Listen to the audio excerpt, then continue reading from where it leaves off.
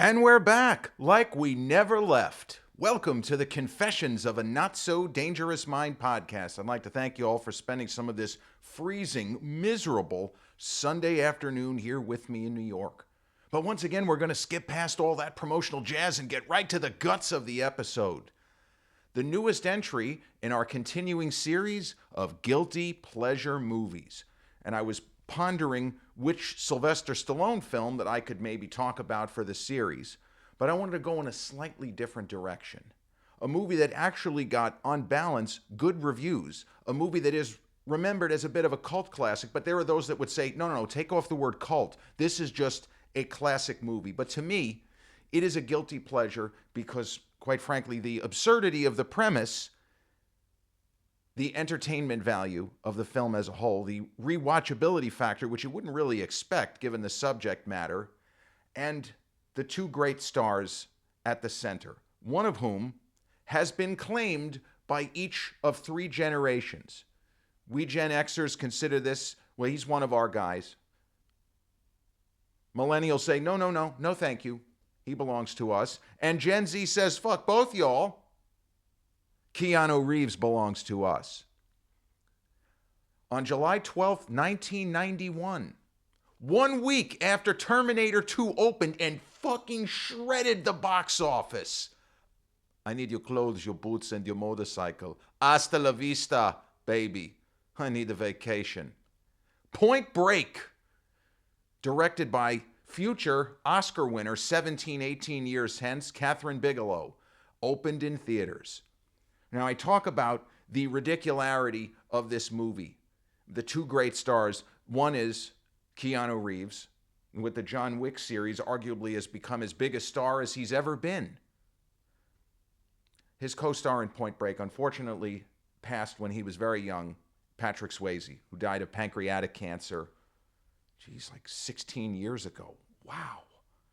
Patrick was in his 50s, and unfortunately, he had been sick for quite some time. But this is the movie to point to if you're a Gen Xer who was a fan of Patrick Swayze. I mean, two of our movies, right? Dirty Dancing and Ghost. He's great in both films. I was always of the opinion that Ghost was a little bit overrated, but still good. I just didn't think that it was worthy of the incredible box office. And, hey, nothing against Whoopi Goldberg, but did she really deserve the Best Supporting Actress? I don't know. But that's beside the point. No pun intended. Point Break, if you look at it from a broad perspective, the plot is so demented, you wonder what everybody was smoking to put this through the production process. So, you have a former football star turned FBI agent. That part's okay. That's fine. But this former football star descends upon the endless summer territory, and that would be a surfing reference. And he's on the trail of a gang of bank robbers who are also surfers. And so, Keanu Reeves is unlikely named Johnny Utah, and he is an FBI agent, learns how to surf.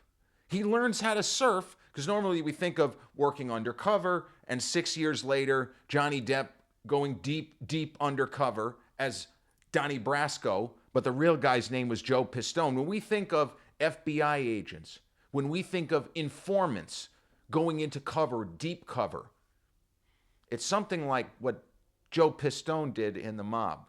We're not imagining a former football player ripped up his knee, ended up becoming an FBI agent, and he's going to try to infiltrate a gang of bank robbers. Well, are they bank robbers who like to surf, or are they surfers who happen to be bank robbers? I don't know. I don't really think it's that important. It's just something to ponder. But sure enough, Keanu goes undercover, and he befriends the leader of the gang of surfing bank robbers, played by Patrick Swayze, and the character's name is Bodhi, Bodhi.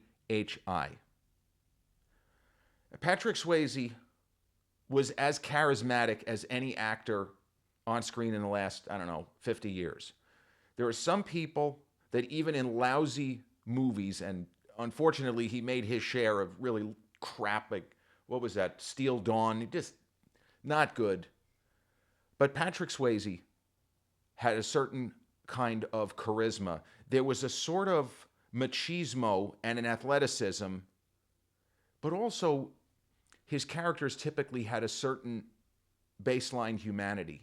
He rarely, as if he had, they all had a certain code. And I feel like the reason why he wanted to do this role, not just, well, I did romance and I, made out and had sex with Jennifer Grey in Dirty Dancing. I feel like he responded to the fact that the character of Bodhi has a moral center. He has a compass. And thing is, when you're a kid, at least in my case, when I first saw this movie, I was only 17. And to me, Bodhi and his gang of bank robbers, spoiler alert, it's not really a spoiler, I just saw them as bank robbers. I didn't see any kind of Robin Hood angle. Now, if I had been exposed to this movie, if I had watched it somehow like certain movie reactors who are my age and somehow never saw this movie until recently, it would have immediately hit for me that they're not simply stealing money for the sake of stealing money. They are stealing money to give the double middle fingered salute to a system that they feel is broken. Any of this sound familiar? Yeah. People were talking about these kinds of things. The average person keeps getting fucked, etc., 35 years ago when this movie was in the planning stages. So seeing it the first time, I saw Bodhi as purely villainous. I did not see him as a character with shadings. I was a little jealous, quite frankly, that Keanu Reeves' Johnny Utah gets to get it on with Lori Petty, kind of a lot of Gen Xers sort of tomboy sex fantasy, if I can say that out loud. I'm like, well, I don't like this guy. I had been a Keanu fan because he's in Parenthood, and I don't know that I had seen River's Edge by that point. What a brutal movie that is. But Keanu gets with Lori Petty's character. They have really good chemistry. I mean, you can joke around, but they're very attractive. They look great together on screen. And there are moments in time, moments forever etched in time, where certain people in the movie business are never going to be what they were at this precise moment. And Patrick Swayze, while he was just about wrapped filming Point Break, I don't remember the exact day, Patrick Swayze hosted Saturday Night Live with the long hair, the beard, and the whole thing. He hosted Saturday Night Live. The musical guest was a insanely young Mariah Carey. I mean, was Mariah even 20? I'm not sure she was even as old as 20. Maybe she was just 20. He hosted Saturday Night Live, and that's the particular episode with, it might be a top 10 most famous sketch in the history of the show, when he does the Chippendales dance with also the late Chris Farley. It's kind of sad to think about the fact that they're both gone. Neither one should be gone, and they're both gone. But Swayze, Ghost had been this impossibly significant hit. He had a high level of confidence that Point Break was also going to be a significant hit, which it was. It grossed about 3.5 times its production cost. And that was pretty much his peak. He was never going to be in that kind of position with huge hit movie just in the rearview mirror and knowing we got a big summer blockbuster just up ahead. That's about as good as it gets when you're in the movie business. And I mentioned how Clint Eastwood, while he was making A Perfect World with Kevin Costner in the first part of 1993, he had already wrapped filming on In the Line of Fire. Unforgiven was about to win a bunch of Oscars that he directed, starred in, produced. And In the Line of Fire was going to be, dollar for dollar, maybe the biggest box office hit of Clint's entire career. And he thought that A Perfect World might be an awards contender. It should have been, but it wasn't. I think people, a little bit of instant Clint Eastwood fatigue at that point in time. But the filmmaker behind Point Break, Kathryn Bigelow, as I mentioned, is a very interesting filmmaker, capable of greatness before The Hurt Locker, but she had some misses. And the movie that she did before Point Break, which was Blue Steel with the pretty young Jamie Lee Curtis, it's a film that has its defenders. It is a cult film. Ron Silver, a really interesting actor of the day, he played a lot of villains. Ron Silver, he was fucking riot with Van Damme in Time Cop in 1994. I mean, that movie it's pretty good, but Ron Silver elevates it because you normally didn't play that level of hammy villain. But in Time Cop, he just chews it up. There's a moment, not really much of a spoiler, where his past self meets his future self, and the future self is a little bit chubby. The future self tells the past self, "Stop eating candy bars, you fat ass," or something like that. I mean, it's just, I remember I was practically screaming in the theater when I saw that. But Kathryn Bigelow, she did a very interesting vampire film the same year as Lost Boys called Near Dark. And it's if you sort of cross the Western genre with a vampire film. It's something that John Carpenter did at the end of the 90s with vampires, with a really cockeyed casting of James Woods as a vampire hunter and Terry Silver himself, Thomas Ian Griffith, as a head vampire. I mean, talk about it was almost like two bad guys squaring off. I don't mean in real life, I mean in the world of the film, because Woods' character is horrendous. But you say, well, he's killing vampires, so he's not as bad as them, damning with faint praise, as we say.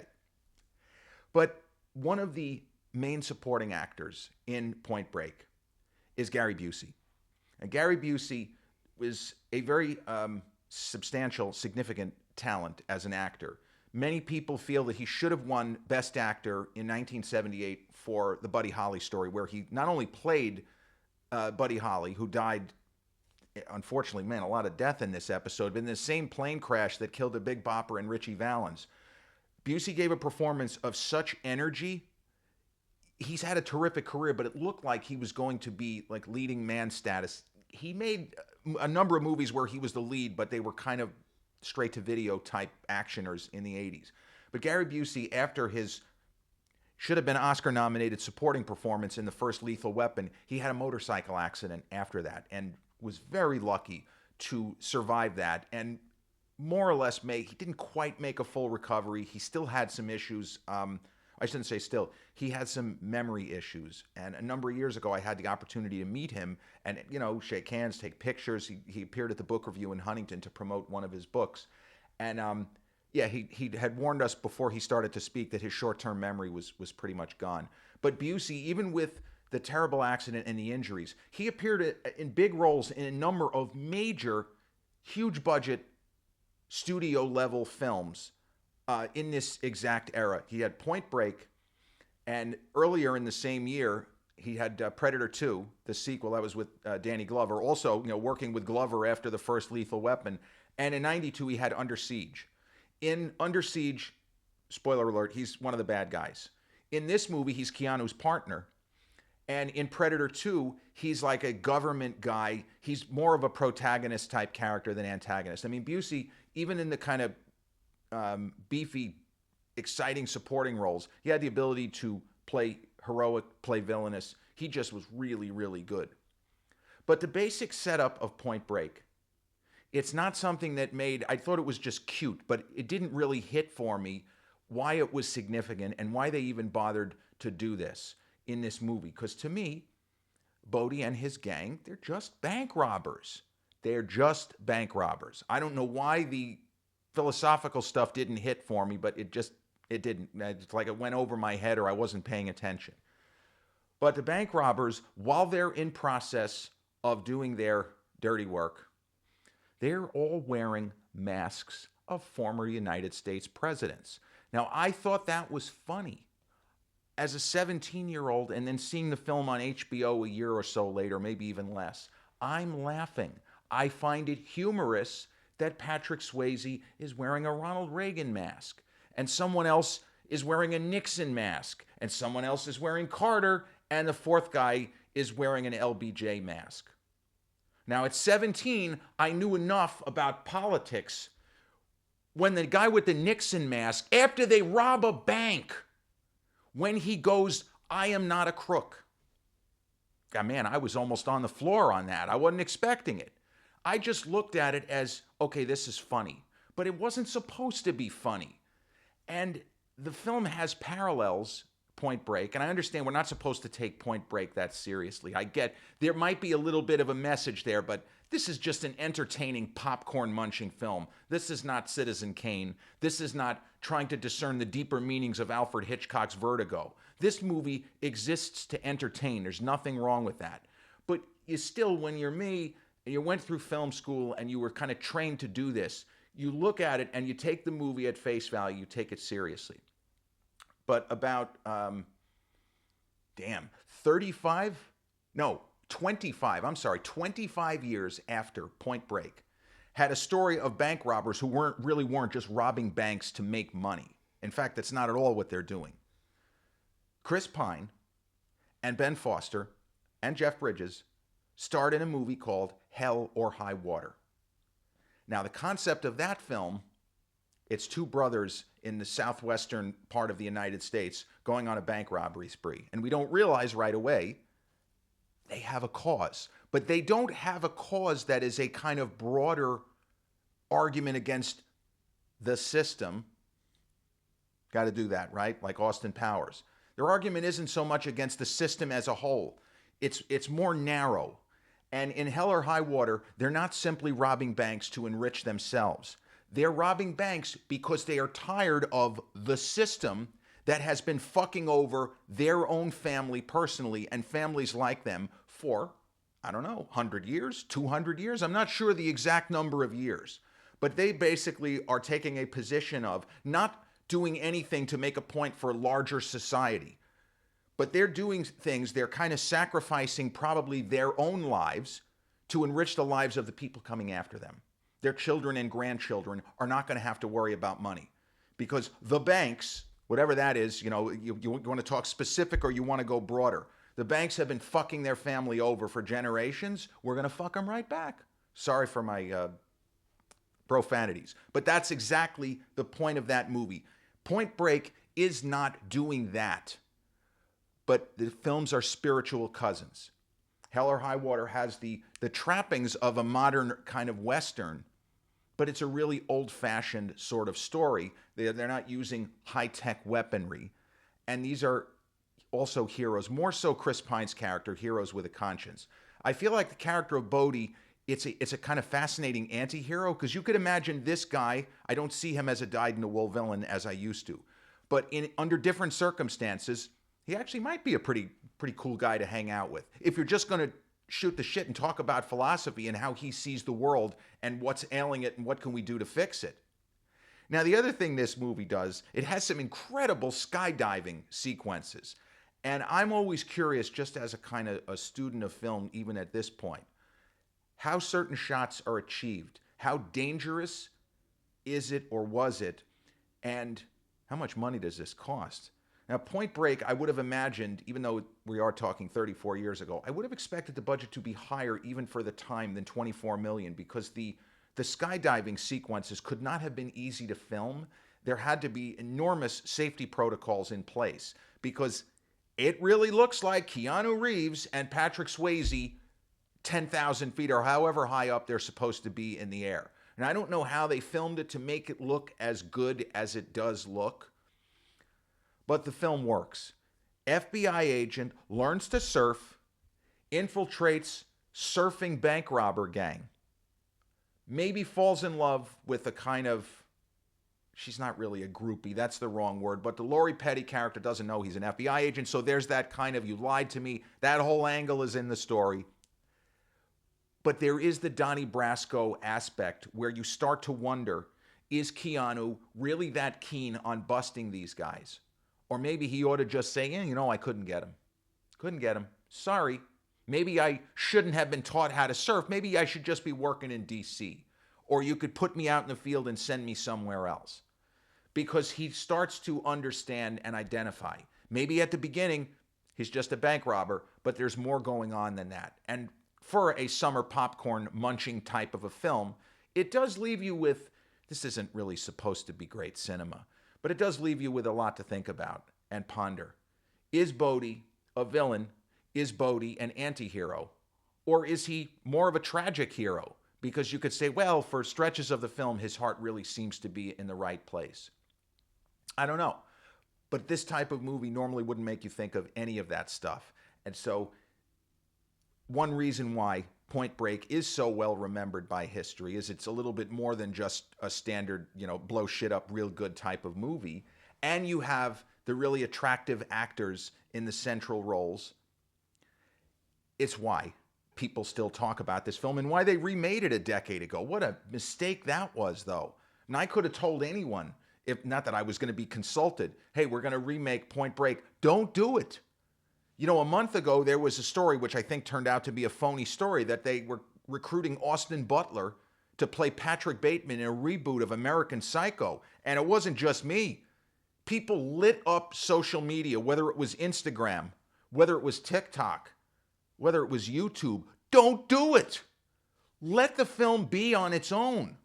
We could just continue to enjoy Christian Bale's incredible performance. Hey, what line of work are you in, Bateman? Murders and executions. Oh, mergers and acquisitions. Me too. That's not what he's... Oh, whatever. Before I forget, Point Break, the 1991 version, is available for free on Tubi, Pluto, and a number of other, streaming services. And it is a film that it got a lot of play on HBO and Cinemax back in the day. And it's the kind of movie that the local New York papers didn't like it. And in the in 1991, pre-internet, in the pre-internet era, when you don't have access to every review out there, you maybe only have access to local papers and what Siskel and Ebert, and maybe Michael Medved and Jeffrey Lyons, they had one of the other TV programs where they reviewed movies. But the local New York papers did not like Point Break. They didn't like it. 1.5 stars from Newsday. I think that the Post might have given it 1 star. They just didn't get it. Maybe they didn't have patience for it. Just a week after Terminator 2, another mindless action film, which this is most definitely not a mindless action film. But I was surprised even now to see that the film is in the low 70s on Rotten Tomatoes, which would indicate that between 2/3 and 3/4 of critics, most of which these are back in the day, but certainly more contemporarily, people finding this film for the first time are being very pleasantly surprised. Hey, this is a good movie. This is not just a historical document or an artifact. Look how young Keanu is. Isn't it sad what happened to that great star who was Patrick Swayze? Also, before I forget, there are moments in movies, what we like to call, especially old school gamers such as myself, Easter eggs. There are certain Easter eggs over time that are almost purposely engineered to make people such as myself, film geeks of a certain age, to make us smile. But going back 5 decades or more, people in the business just like to do it, whether or not they called it Easter eggs, sometimes to puff out their chest, but other times just to make the audience smile, to temporarily take the audience out of the fiction. For example, in this movie over here, Don Siegel's Dirty Harry OG, 1971, released the same week as A Clockwork Orange. Crazy historical tidbit. But the opening bank robbery shootout in that film, you have Clint Eastwood's Harry Callahan, a San Francisco homicide inspector, gets involved in a shootout. It's supposed to take place in San Francisco. It was on the Warner Brothers lot, just so we know. And as this shootout is going on, there's a movie marquee in the background. You can just about make out what movie is playing at this phony theater. Play Misty for Me. You know who directed and stars in Play Misty for Me? Clint Eastwood. That's an Easter egg, a 1971 Easter egg. Well, a phenomenal Easter egg in The Avengers in 2012. Remember what Tony Stark calls Thor? And remember the look that Chris Hemsworth's Thor, because he doesn't have the same look in every movie. The later movies, he had the shorter hair. He has the long hair and a beard. Remember what Tony Stark called Thor? He called him Point Break. Now, I'm quite confident that a whole bunch of people under 30 watching the Avengers for the first time did not understand why Gen Xers such as myself were cracking up at Tony Stark's insistence on calling Thor Point Break. Well, he was calling him Point Break because Thor's hair and beard kind of, sort of looks like Patrick Swayze's hair and beard as Bodie in Point Break. But that's the kind of thing, wouldn't be in the script. That's Robert, that's pure RDJ. In the moment, making a decision, I'm just going to call this guy Point Break and see what happens. And then it gets brought back in Thor Ragnarok. There was a password that Thor has to use, and he realizes, that son of a bitch. Damn you, Stark. Point Break. Cinematic gold. That is as entertaining an Easter egg as you're likely to find. And you don't necessarily need to know what it is, but if somebody asks, so what does that say? Don't even, but he looks like a character from a movie that we grew up loving when we were kids. But the first major critic that I knew of that really liked Point Break was Roger Ebert. Roger Ebert, in his print review at the Chicago Sun-Times, gave Point Break 3.5 stars. Now, Roger had been a big fan of Terminator 2, as almost all of the major critics had at least given it kind of a thumbs up, if not, this is maybe the best film of the year aside from Silence up to this point. Like, it got rapturous praise. But after seeing the New York critics, Post, News, and Newsday, just ripping it, I was pleasantly surprised. And Roger said, check your brain at the door. This movie is so much fun. And that's it. So as academic as he could be, as much as he would really get into the minutia, in his later years, Roger recorded a lot of commentary tracks on films that he loved, such as, I think, 2001: A Space Odyssey, but especially Dark City, the Alex Proyas film, which he considered to be maybe the greatest science fiction film he'd ever seen. But Ebert also, there are times you go into the theater, you just want to have a good time at the movies. You just want to munch your popcorn and let the movie entertain you. And he felt that Point Break did that as well as any movie of a very crowded summer. You had Hot Shots that summer with Charlie Sheen. That was pretty funny. You had Naked Gun 2.5. You had Robin Hood, Prince of Thieves. And Pure Luck wasn't very good. Another film with Danny Glover. But it was a big stacked summer. And Point Break ended up finishing second in its first week in release. Boys in the Hood was in theaters at the same time as well. There's a lot of good movies in 91. A really, really strong year for movies. But Point Break is a film that I always recommend, especially if somebody hears the name Patrick Swayze and, oh, I think I saw Ghost once when I was younger. I feel like this movie is maybe the best representation as to why he became a star.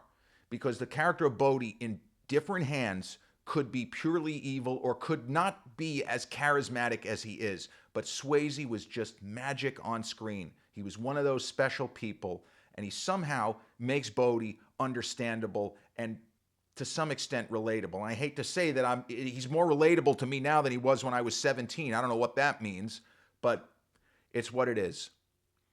Point Break from 1991, directed by Kathryn Bigelow, starring Patrick Swayze, Keanu Reeves, Lori Petty, and Gary Busey. The newest entry in our continuing series of guilty pleasure movies. This has been episode 438 of the Confessions of a Not So Dangerous Mind podcast. I'd like to thank you all so much for spending some of your Sunday afternoon here with me in New York. If you check out this episode on the YouTube channel, haven't done so already, please click like, subscribe, comment, share, turn on those notifications. Or if you catch this episode on the audio platforms such as Podbean, Spotify, iTunes, or the others in which we're hosted, same general rule applies. Click like, subscribe, share, and turn on those notifications. I'll be back with a new episode real soon. Until then,